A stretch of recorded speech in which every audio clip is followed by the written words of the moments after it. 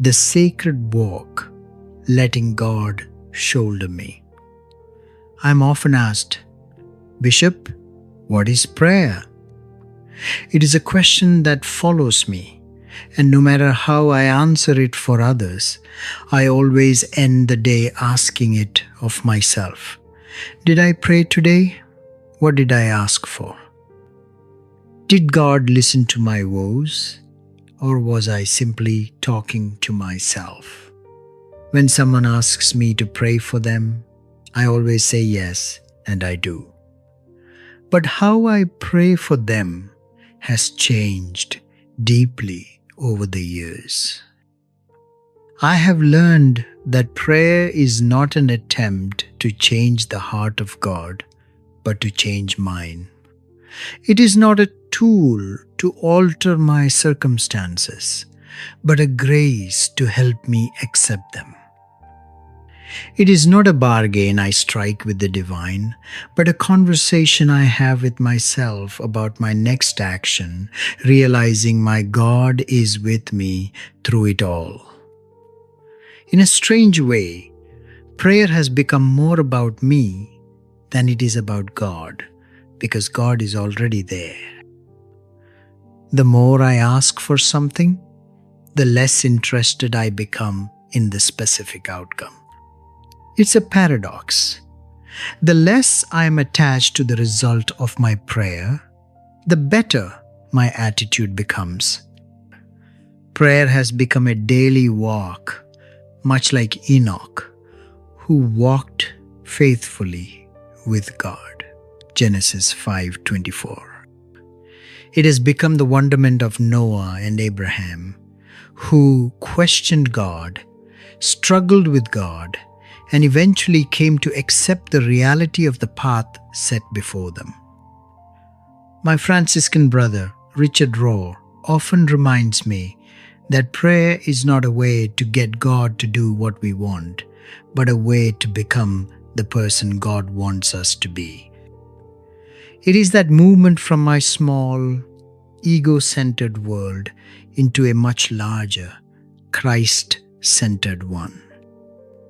For me, prayer is now the intentional choice to sit in a place where I can simply relax and be at peace.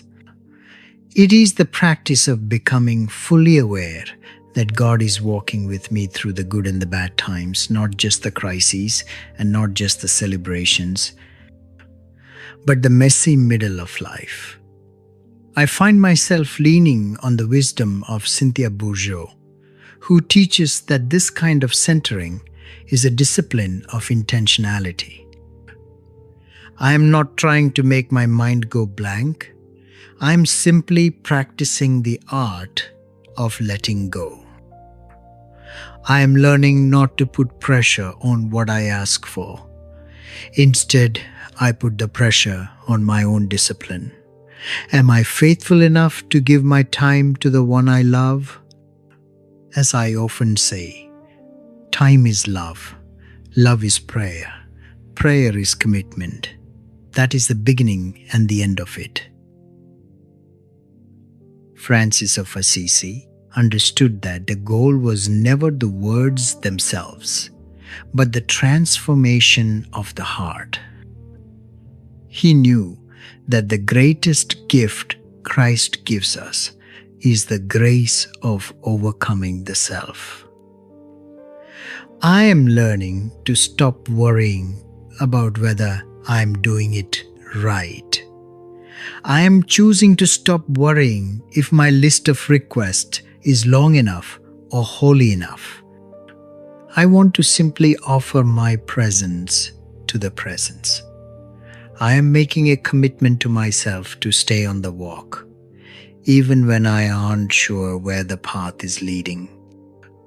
I'm searching for the peace that comes when I stop bargaining and start simply being. I hope I can walk with God and be enough. What else is there to pray for than being with God in all things in life? Yes, There are plenty of things to worry about and pray for. I realize, in the end, crying through what I can't deal with, laughing through what I rejoice in, and finding the center through it all is prayer. And the whole process, when I am aware that I'm not alone. He is walking with me, holding me on his shoulders, as the classic Jesus walk on the beach.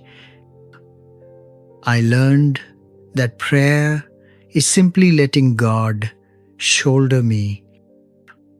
Realizing God is shouldering me along with the weight of my burdens is plenty of prayer. What a relief.